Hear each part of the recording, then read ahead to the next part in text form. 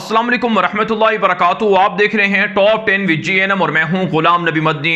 दुनिया भर से आज की 10 बड़ी और इंतहाई अहम खबरें जिन पर आज हम बात कर रहे हैं। नाज़रीन किराम, आज 30 जुलाई 2020 है और आज दिन है जुमेरात का, जबकि इस्लामी तारीख़ पाकिस्तान और बर सग़ीर और दीगर मुल्कों में आज 8 ज़ुल्हिज्जा है, जबकि अरब ममालिक के अंदर सऊदी अरब के अंदर आज 9 ज़ुल्हिज्जा है। ये टॉप 10 विद GNM का सुबह का बुलेटिन है। खबरों का सिलसिला शुरू कर लेते हैं। जो आज की पहली बड़ी खबर है ये नाज़रीन काम सऊदी अरब से है। सऊदी अरब के अंदर मक्का मुकरमा में आज हज अदा किया जा रहा है, जो इस्लाम का एक अजीम रुकन है। दुनिया भर से हर साल लाखों हुज्जाज किराम हज की सआदत हासिल करते हैं। गुज़श्ता साल तकरीबन 24 लाख से ज़ायद हुज्जाज किराम ने हज की सआदत हासिल की थी, लेकिन इस साल कोरोना वबा की वजह से दुनिया भर से लोगों को हज के लिए इजाज़त नहीं दी गई है और सिर्फ सऊदी अरब के अंदर मुकीम तकरीबन 10,000 के करीब हुज्जाज किराम को हज का मौका दिया गया है, जिसमें 7,000 के करीब गैर मुल्की हैं जो सऊदी अरब के अंदर मुकीम हैं और 3,000 सऊदी शहरी हैं जो हज की सआदत हासिल कर रहे हैं। आज अरफा का दिन है। हुज्जाज किराम आज मिना से अरफा पहुँचेंगे। गुरूब आफ्ताब तक हज का अजीम रुकन वकूफ़ अरफा अदा किया जाएगा। उसके बाद मगरिब के बाद वहाँ हुज्जाज किराम मुज़दलिफ़ा जाएंगे और रात वहाँ पर खुले आसमान तले गुजारेंगे और इसके बाद अगले दिन आप जानते हैं कि हुज्जाज किराम कुर्बानी वगैरह करके एहराम खोल देंगे। इस मरतबा हज के इंतज़ामात इंतहाई सख्त किए गए हैं। कोरोना वबा की वजह से जो बैतुल्ला शरीफ है उसका गिलाफ भी हर साल फजर के बाद 9 ज़िलहज्जा को तब्दील किया जाता है। इस साल रात को ही इशा के बाद तब्दील कर दिया गया और जो हुज्जाज किराम तवाफ़ वगैरह कर रहे हैं उनके लिए भी बाकायदा लाइनिंग वगैरह की गई है और वो उसी महदूद जो दायरे हैं उनमें उनके ज़रिए से वो तवाफ़ की सआदत हासिल कर रहे हैं। बहरहाल अज़ीज़ काम क़ुर्ब क़यामत हज महदूद हो जाएगा या मनसूख हो जाएगा या रोक दिया जाएगा, ये अहादीस के अंदर ये पेशन गोइयाँ मौजूद हैं। कोरोना वबा की वजह से जहाँ दुनिया भर के अंदर मुसलमानों की मसाजिद को बंद किया गया, वहीं बैतुल्ला शरीफ और मस्जिद नबवी मदीना मुनव्वरा को भी बंद किया गया, जो एक तरह से मुसलमानों के लिए बहुत अज़ियतनाक मरहला है और मुसलमान शदीद गम और गुस्से में है कि सऊदी अरब ने क्यों इतने महदूद सतह पर लोगों को हज की इजाज़त दी है, क्यों ज़्यादा तादाद में लोगों को नहीं बुलाया गया है। राजी काम मैं मुसलसल बारहा गुज़श्ता 3 साढ़े 3-4 माह से मैं यही बताता रहा हूँ कि कोरोना वबा एक साजिश है और इसे बाकायदा बनाया गया है और ये साजिश के तहत मुसलमानों के अंदर फैलाई गई है ताकि मुसलमानों को हज वगैरह से रोका जा सके। बहरहाल मुसलमानों को तैयार रहना होगा, मसाजिद को खोलना होगा। मसाजिद को बंद करने से ये वबा न टल सकती है और ना ख़त्म हो सकती है। एहतियात करने में हर्ज नहीं है, लेकिन अल्लाह ताला को नाराज़ करना भी मुसलमानों के लिए एक बहुत बड़े अजाब की दावत है। बहरहाल जो लोग हज कर रहे हैं अल्लाह उनकी हज की सआदत को कबूल फरमाए और जो तमन्ना रखते हैं, ख्वाहिश रखते हैं, उनको जल्द अल्लाह ताला ये मौका अता फरमाए। आगे बढ़े थे काम। जो आज की दूसरी बड़ी खबर है ये पाकिस्तान और भारत के दरमियान लाइन ऑफ कंट्रोल पर इश्तियाल अंगेज़ी के हवाले से है। भारत की दरिंदा गासिब फ़ौज ने रात गए एक मरतबा फिर पाकिस्तान की सरहदी हदूद की खिलाफ वर्जी की है। बिला इश्तियाल फायरिंग की गई है, जिसके नतीजे में 2 ख़वातीन समेत 3 शहरी शदीद ज़ख्मी हो चुके हैं। रवां साल अब तक 1800 से ज़ायद बार भारत की जो दरिंदा गासिब फ़ौज है वो पाकिस्तान की सरहदी हदूद की खिलाफ वर्जी कर चुकी है। पाकिस्तान की जवाबी कार्रवाई के अंदर भारतीय चौकियाँ तबाह करने का दावा सामने आ रहा है और 3 भारतीय फ़ौजियों के ज़ख्मी होने की भी इतलात मौसूल हो रही हैं। आप जानते हैं भारत लाइन ऑफ कंट्रोल पर जंगी साजो सामान बढ़ा रहा है और जहाँ लद्दाख के अंदर चीन के साथ भारत की मुठभेड़ जारी है, वहीं नाज़रीन किराम भारत पाकिस्तान के साथ भी गिलगित बल्तिस्तान पर LOC पर हमला करने का प्लान कर रहा है। पाकिस्तान की जवाबी कार्रवाई भी तैयार है और पाकिस्तान के लड़ाका F-17 तैयारे वो LOC पर और गिलगित बल्तिस्तान में फ़ौजी एयरबेस पर मौजूद हैं, जो किसी भी मुमकिन जारहाना जो हमला होगा या जारियत होगी उसका जवाब देने की ताकत रखते हैं। बहरहाल नाज़रीन काम भारत के जंगी जुनून का तोड़ एक ही है कि फैसला कुन मार्का शुरू कर दिया जाए और भारत को टुकड़े टुकड़े कर दिया जाए ताकि वो पाकिस्तान को और इसी तरह से दीगर पड़ोसी मालिक को कश्मीर वगैरह के अंदर बदमाशी और जुल्म ना कर सके। आगे बढ़ लेते हैं नाज़रीन काम। जो आज की तीसरी बड़ी खबर है यह भारत से है। भारत की जो फ़ौज है उसके अंदर करप्शन के केसेस बढ़ते जा रहे हैं। आज एक ताज़ा खबर सामने आई है कि भारत की नेवी के 4 अफसरान समेत 14 अफराद को गिरफ्तार कर लिया गया है। उन पर इल्ज़ाम है कि वो करप्शन के अंदर बदउनवानी में मुलव्विस हैं। 6 करोड़ भारतीय रुपए से ज़ायद की करप्शन भारत की नेवी में की गई है। इसके अलावा भारतीय फ़िज़ाइया और भारत की जो बर्री फ़ौज है उसके अंदर भी दर्जनों केसेस हैं जो इस वक्त अदालतों में जारी हैं। दुनिया भर की करप्ट तरीन मोदी की हुकूमत जहां आवाम का पैसा लूट कर जंगी और प्रॉक्सी वार में और अपने हिंदुत्व नज़रियात के प्रमोट करने में खर्च कर रही है, वहीं भारत की हुकूमत के साथ साथ भारत की फ़ौज भी आवाम का पैसा लूट कर करप्शन की नज़र कर रही है। फिर भी भारत दुनिया के सामने ख़ुद को ये जाहिर करता है कि वह दुनिया का जमहूरी मुल्क है, हालांकि वहाँ पर सबसे ज़्यादा दुनिया की गुर्बत पाई जाती है और फ़क्र सबसे ज़्यादा भारत के अंदर मौजूद है। आगे बढ़ लेते हैं जी काम, जो आज की चौथी बड़ी खबर है ये भी भारत से है। भारत के अंदर अयोध्या में राम मंदिर की तामीर का सिलसिला जारी है और 5 अगस्त को मोदी ने दौरा करके इफ्तिताह करना है राम मंदिर का। ये वही जगह है जहां पर बाबरी मस्जिद हुआ करती थी जिसे शहीद किया गया था।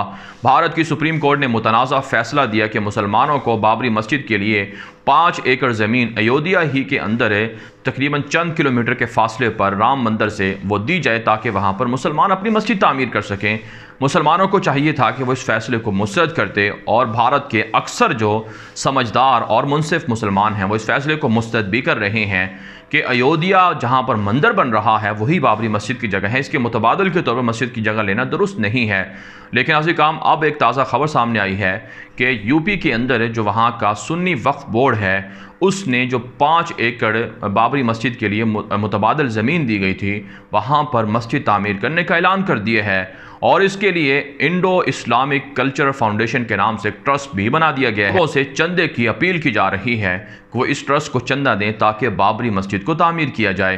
राजी काम, ये मुसलमान जो ट्रस्ट वाले लोग हैं, मुझे इनके इस्लाम पर शक है कि कैसे मुसलमान हैं कि इन्होंने बाबरी मस्जिद जहाँ पर थी वहाँ पर मंदिर बनाने को कबूल कर लिया, लेकिन मुतबादल के तौर पर बाबरी मस्जिद के लिए जो जगह दी गई है उसे भी कबूल कर लिया।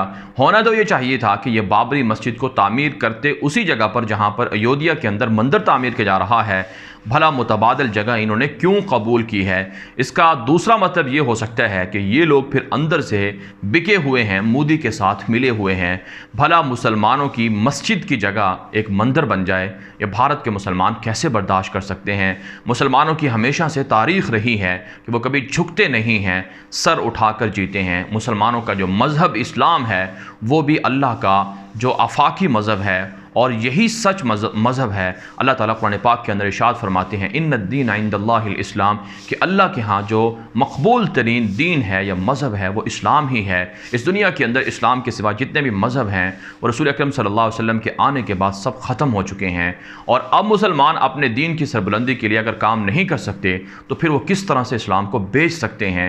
इसलिए बाबरी मस्जिद की जगह पर ही, जहाँ पर अयोध्या मंदिर बन रहा है, उस मंदिर की जगह पर ही मुसलमानों को मस्जिद तामीर करनी चाहिए। उसके मुतबादल के तौर पर जगह नहीं लेनी चाहिए और ना वहाँ पर मस्जिद को तामीर करना चाहिए। इससे गोया के मुसलमानों की तारीख को मिटाने की साजिश की जा रही है। मुसलमानों को, भारतीय मुसलमानों को खड़ा होना होगा, अफ़गान तालिबान की तरह और इसी तरह फ़लस्तीन के मुसलमानों की तरह सीना सुपर होना पड़ेगा और वहाँ अपने आप को ताकतवर बनाना होगा और भारत के हिंदुओं के इन कब्ज़ों के ख़िलाफ़ लड़ना होगा, वरना एक के बाद एक मुसलमानों की मस्जिद शहीद करके मंदिर बनाए जाएंगे और मुतबादल के तौर पर मुसलमानों को वहाँ से निकाला जाता रहेगा।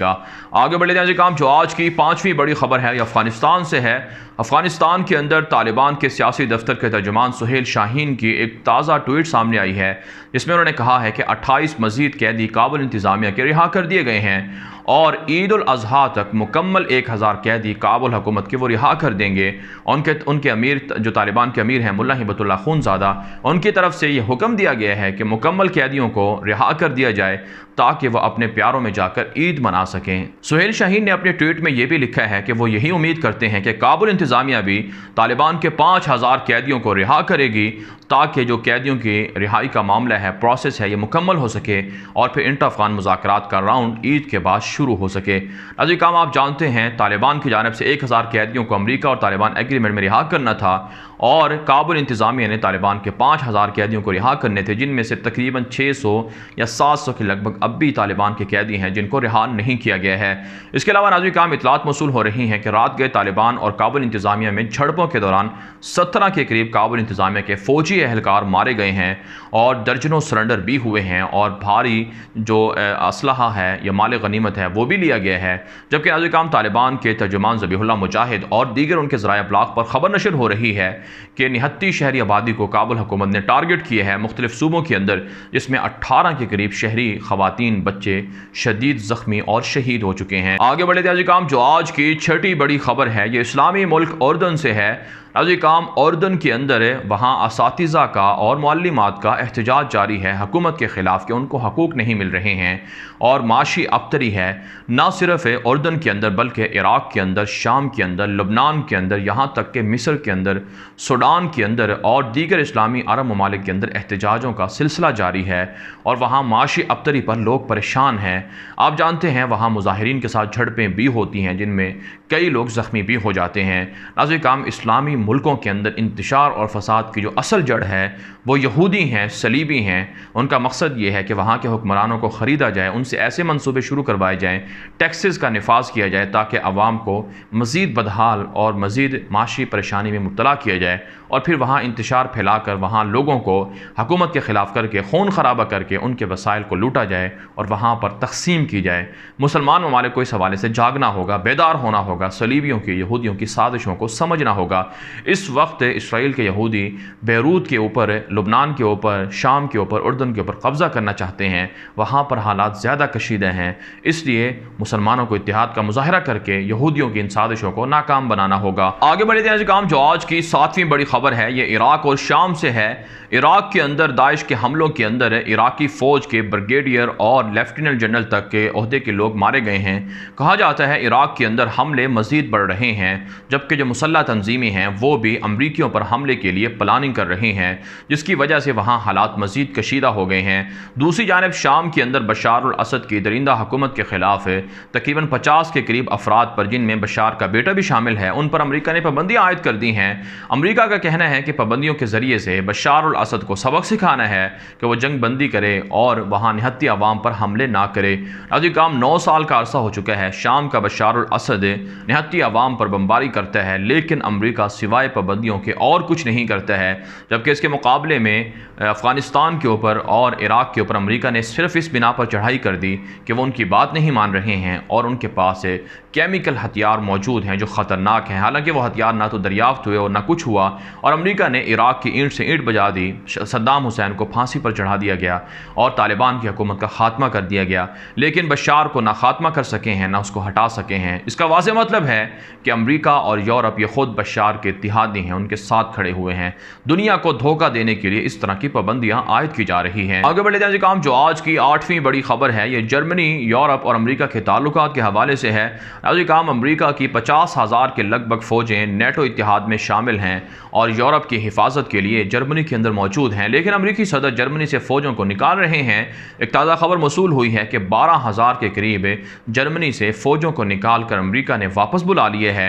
कुछ फ़ौजियों को बेल्जियम भेज दिया गया है और कुछ जो फ़िज़ाइया के जंगी जहाज़ थे अमरीका के, उन्हें इटली पहुँचा दिया गया है। जर्मनी ने इस हवाले से तशवीश का इजहार किया है।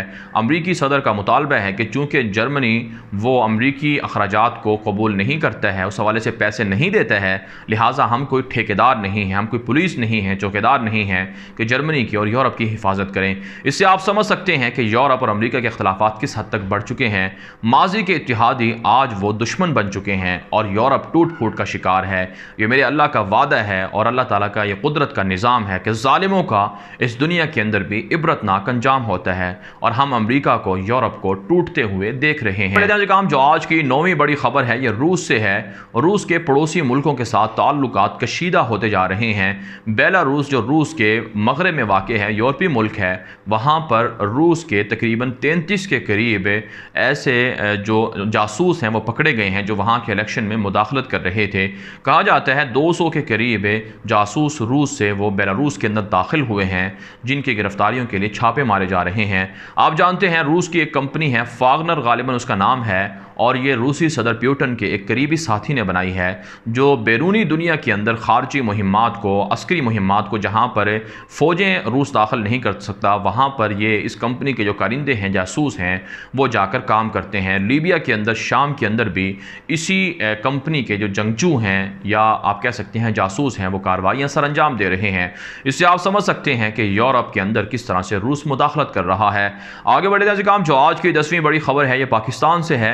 पाकिस्तान के अंदर कुछ सेकुलर्स और लिबरल इस्लाम पसंदों के ख़िलाफ़ हैं, इस्लामी अक़दार के ख़िलाफ़ साजिशें करते हैं। एक ताज़ा खबर मौसूल हो रही है पेशावर से कि एक कादियानी शख्स था जो कादियानी घराने में पैदा हुआ, उसने रसूल अकरम सल्लल्लाहु अलैहि वसल्लम की तौहीन की, माज़अल्लाह, और अल्लाह ताला के रसूल सल्लल्लाहु अलैहि वसल्लम को आखिरी नबी मानने से इनकार किया, जिसके बाद उस पर मुकदमा चला। 2 साल का अरसा हो गया, अदालत ने कोई फ़ैसला नहीं सुनाया।